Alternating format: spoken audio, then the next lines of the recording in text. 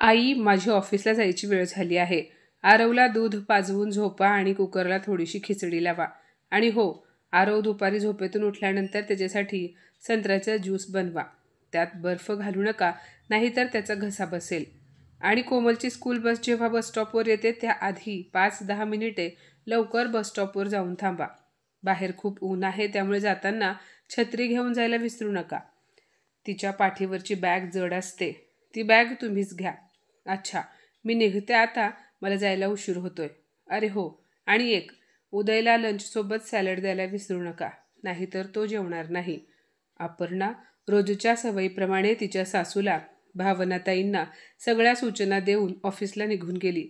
भावनाताईंनी आपल्या मुलाचा म्हणजे उदयचा डबा तयार केला होता. सुनेने सांगितल्याप्रमाणे त्यात दही, सॅलड ठेवले. त्यानंतर त्यांनी उदयला नाश्ता दिला आणि मग देवघरात जाऊन पूजा करू लागल्या की तेवढ्यात त्यांचा 1.5 वर्षाचा नातू आरव झोपेतून उठला आणि मम्मी मम्मी करत रडायला लागला. भावनाताईंनी त्याला शांत केले आणि दूध पाजले. इतक्यात उदय ऑफिसला निघून गेला. काही वेळातच मग कामवाली बाई आली. तिला पाहून भावनाताई म्हणाल्या, अगं, तू आज एवढ्या लवकर आलीस? थोडं थांब, मी अजून घर आवरलंही नाही. मुलांनी सारं घर अस्ताव्यस्त केले, असे म्हणत त्याने घाईघाईने घर आवरू लागल्या. कामवाली बाई म्हणाली, बाईसाहेब, हे तर तुमचे रोजचेच आहे. मी आले की तुम्ही घर आवरता, त्यामुळे मला उशीर होतो. तुमच्या एकट्या घरचेच काम करायचे नसते मला, अजून बरीच घरं आहेत. सगळेच जर असे करायला लागले तर मला घरी जायला रात्र होईल. मलाही संसार आहे, मुलं बाळं आहेत, असे बोलून कामवाली घाई करायला लागली.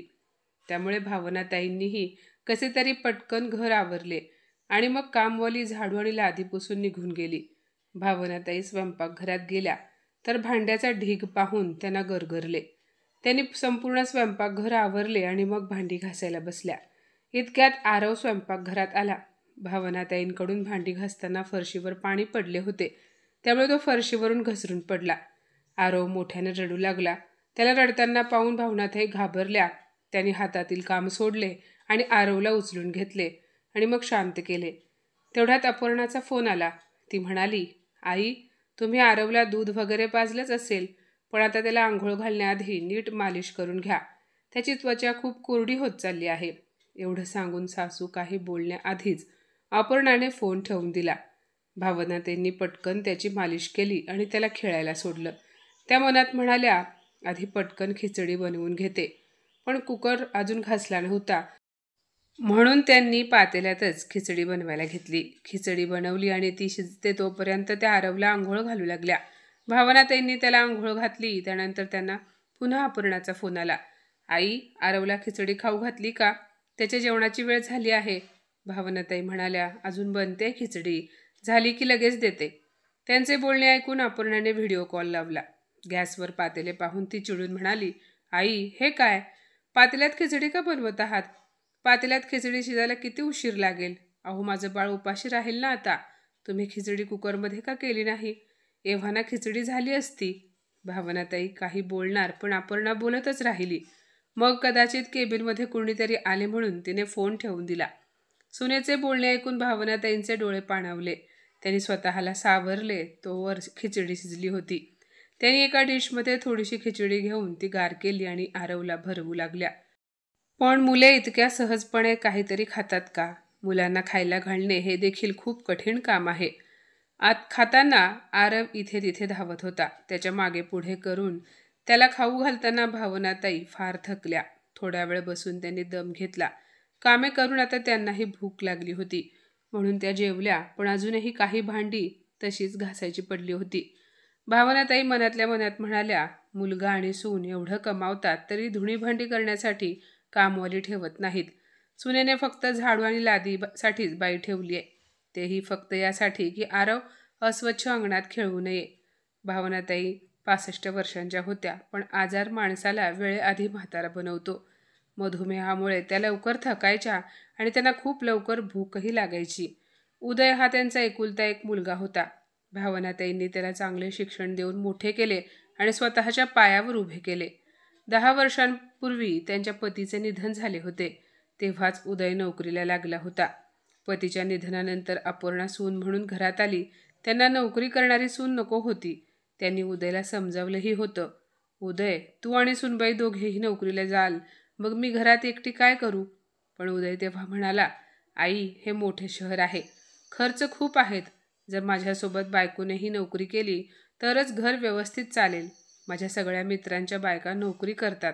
खरे तर उदयची नोकरी चांगलीच होती, पण त्याला त्याच्या मित्रांना आणि इतर नातेवाईकांना दाखवायचे होते की त्याची बायको एक सामान्य गृहिणी नाही, तर ती सुद्धा सुशिक्षित आणि नोकरी करणारी आहे. त्याने हट्ट धरला आणि अपर्णाशी लग्न केले. सून आल्यावरही भावनाताईंना काही आराम मिळाला नाही. उलट त्यांची कामे वाढलीच. अपर्णाला स्वयंपाक बनवायला अजिबात आवडत नव्हते आणि तिच्याकडे वेळही नव्हता. ती सतत ऑफिसच्या धावपळीत व्यस्तच असायची. भावनाताईंना वाटले, ठीक आहे, ती नवीन आहे, वेळ लागेल पण नक्की जुळवून घेईल. पण तसे काहीच घडले नाही. भावनाताईंना आता मुलासोबत आपल्या सुनेचाही डबा बनवावा लागायचा.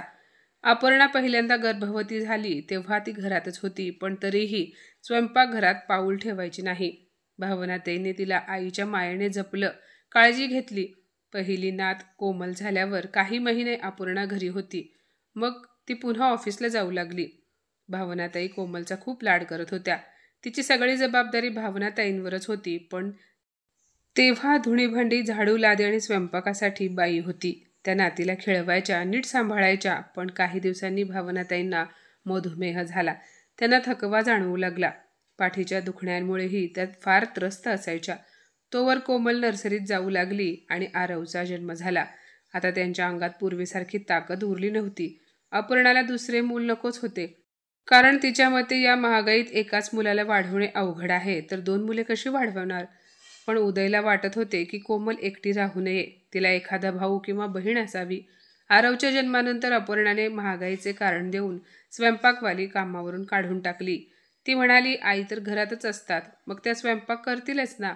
आता 2 मुलांचा खर्च वाढला आहे, कुठेतरी काटकसर करायलाच हवी. आरव मोठा होत होता, पण उदय आणि अपर्णा दोघेही त्यांच्या ऑफिसच्या कामात इतके गुंतलेले असायचे की त्यांना मुलांकडे लक्ष द्यायला अजिबात वेळ नव्हता. शनिवार रविवारची सुट्टी मिळाली की मॉलमध्ये शॉपिंग, सिनेमा किंवा मित्रांसोबत पार्टी हेच ठरलेले असायचे. तेव्हा भावनाताईंना दोन्ही नातवंडांना सांभाळताना फारच कष्ट पडायचे. त्या घरातील कामं, स्वयंपाकही त्यांनाच करावा लागायचा. आता हे सगळं भावनाताईंना सहन होत नव्हतं. आधी त्यांनी स्वतःला समजावले होते, नवी सून आहे, ती एकटी घर कसे सांभाळणार. मग म्हणाल्या, गर्भवती आहे, तिची काळजी घ्यायला हवी. मग विचार केला, पहिलंच बाळ आहे, तिला काय माहिती कसं वाढवायचं. मग त्यांना पुन्हा असेही वाटले, 2 मुले आणि ऑफिस, एकटी कशी सांभाळेल. म्हणून त्या काही बोलल्या नाहीत. पण आता पाणी डोक्यावरून गेले होते, कारण आता त्यांना सहनच होत नव्हते. त्यांचा मुलगा उदय फक्त पैसे कमवायचा किंवा पैसे कसे वाचतील हेच पाहायचा. त्याला त्याच्या आईची जराही काळजी वाटत नव्हती. भावनाताईंवर दोघे नवरा बायको काहीही खर्च करत नव्हते. त्या तिथे राहायच्या, 2 वेळचे जेवायत होत्या, पण कामामुळे तेही शांतपणे खाता येत नव्हते. नातवंड सगळ्यांना प्रिय असतातच, पण जेव्हा त्यांना सांभाळायची संपूर्ण जबाबदारी एकट्या आजीवरच टाकली जाते तेव्हा तेच प्रेम एक दिवस ओझे वाटू लागते. एका रविवारी मुलगा आणि सून झोपेतून उठलेच होते की भावनाताईंनी त्या दोघांना इथे त्यांचे मन लागत नाही, त्यामुळे त्या गावाकडे जाणार असल्याचे सांगितले. त्या म्हणाल्या, कदाचित गावाकडच्या स्वच्छ हवेमुळे त्यांची तब्येत ठीक होईल. हे ऐकताच अपर्णा म्हणाली, तिकडे तुम्हाला भाकरी कोण देईल? इथे तर तुम्हाला घरात बसून 3 टाईम फुकटात जेवण मिळते. गावाकडे जाऊन तुम्हाला काय मिळणार आहे? ही फुकटची एसीची हवा आणि ह्या शानदार सोसायटीतील राहणीमान कुठे मिळेल? आणि सर्वात महत्त्वाचे म्हणजे आरव आणि कोमलला कोण सांभाळणार? त्या दोघांना तर फक्त तुम्हीच हवे असता. हे ऐकून भावनाताई म्हणाल्या, सुनबाई, मी इथे फुकटचे खात नाही. 3 टाईम भांडी घासते, 3 टाईम स्वयंपाक बनवते, तुझ्या 2ही मुलांना सांभाळते. एवढी सगळी कामे करण्यासाठी जर तू मोलकरीण ठेवली असतीस तर तुला त्या बाईला 14-15 हजार रुपये द्यावे लागले असते. मी तुझे पैसे वाचवते. सुनबाई, मी काही फुकट खात नाही, पण तुला मात्र फुकटात कामवाली मिळाली आहे. मी 2 वेळचे जेवते, पण तेही तू मला ओझे समजून देतेस. तुझ्या नवऱ्याला मोठं करण्यासाठी मी लाखो रुपये खर्च केलेत. तू आणि तुझ्या नवऱ्याने आयुष्यभर मला बसवून जेवायला घातले, तरीही ते ऋण फिटणार नाही. आज तू तुझ्या 2 भाकरींची किंमत बोलून दाखवलीस. तुझ्यासाठी माझ्या प्रेमाची, काळजीची आणि ह्या घरासाठीच्या समर्पणाची किंमत फक्त ह्या 2 भाकरी आहेत का? मी तुला आपलं मानून सगळं केलं, पण तू मात्र मला फुकट खाऊ ठरवलंस. मला लाज वाटते तुला माझी सून म्हणायला. जेव्हा स्वतःचाच मुलगा आपला राहिला नाही, मग तू तर परक्या घरातून आलेली. माझ्या मुलाला त्याच्या आईचे दुखणे, वेदना दिसत नाहीत. त्याला फक्त पैशांच्या मागे धावायचे आहे. कधी उदयने येऊन मला विचारले का, आई तू कशी आहेस, तुला काही त्रास तर होत नाही ना? दवाखान्यात देखील मी माझ्या मैत्रिणीला घेऊन जाते आणि औषधेही तुझ्या सासऱ्याच्या पेन्शनमधूनच आणते. मी माझ्या मुलासाठी, सुनेसाठी आणि तुमच्या दोन्ही मुलांसाठी खूप केले, पण आता माझ्या ह्याच्याने होणार नाही. आता तुम्ही तुमची मुले आणि हे घर सांभाळा. खरं तर हे घर माझ्या नवऱ्याने आणि मी मिळून उभे केले आहे, पण एक आई म्हणून मी माझ्या मुलांना बेघर करू शकत नाही. ह्या घरात तुला सून म्हणून आणले मी, म्हणून तुला घराबाहेर जा असे सांगू शकत नाही.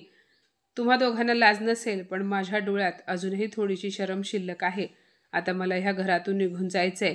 या वयात मी आजारपण सांभाळू, स्वयंपाकघर सांभाळू, घर सांभाळू की तुमची लहान मुलं सांभाळू?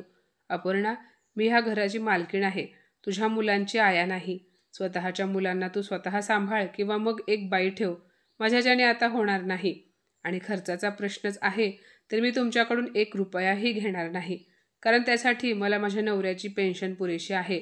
त्या पैशातून मी सन्मानाने 2 भाकरी खाऊ शकते. सुनबाई, तू ऑफिसला जाताना आरवला काय द्यायचं, त्याला काय पाजायचं, त्यासाठी मला 10 वेळा फोन करायचीस. पण कधी विचारलंस का, आई तुम्ही जेवलात का, वेळेवर औषधं घेतली का? तुझं काहीच कर्तव्य नाही का? ज्या आईने तुझ्या नवऱ्याला वाढवलं, जी तुझी मुलं वाढवत आहे, तिच्याबद्दल तुझी काही जबाबदारी नाही का? उदय आणि अपर्णा दोघांची मान खाली गेली. ते काहीच बोलू शकले नाहीत. इतक्या वर्षात भावनाताईंनी काय केलं हे त्यांनी कधीच समजून घेतलं नव्हतं. मग ते आता काय बोलणार? दोघेही गप्प झाले. इतकी वर्ष भावनाताईंनीच हे घर सांभाळले होते. त्यामुळेच मुलाला आणि सुनेला घर आणि मुलांची सवय कधीच लागली नव्हती. आता मात्र दोघांच्याही डोळ्यात पाणी आले. त्यांना आता आपल्या चुकांची जाणीव होऊ लागली. उदय म्हणाला, आई मला माफ कर. मी पैसे कमावणे, पैसे वाचवणे यातच इतका अडकलो की तुझे दुखणे, तुला होणारा त्रास काहीच दिसले नाही. पण आता असे होणार नाही. आता मी तुझी पूर्ण काळजी घेईन. तुला कधीही तक्रार करायला जागा ठेवणार नाही. आई प्लीज तू घर सोडून जाऊ नकोस. मला आणि अपर्णाला ह्या घराचे काही कळत नाही, मुलांचे काही कळत नाही. तेवढ्यात अपर्णा म्हणाली, आई खरंच मला माफ करा. तुम्ही आई बनून सगळ्यांवर लक्ष ठेवलंत, पण मी तुम्हाला कधीच समजून घेतले नाही, सन्मान दिला नाही. आई तुम्ही गेलात तर या 2 मुलांचे काय होईल? त्यांना तर तुमची सवय लागली आहे. दोघांचे बोलणे ऐकून भावनाताई विरघळल्या आणि मग त्या तिथेच थांबल्या.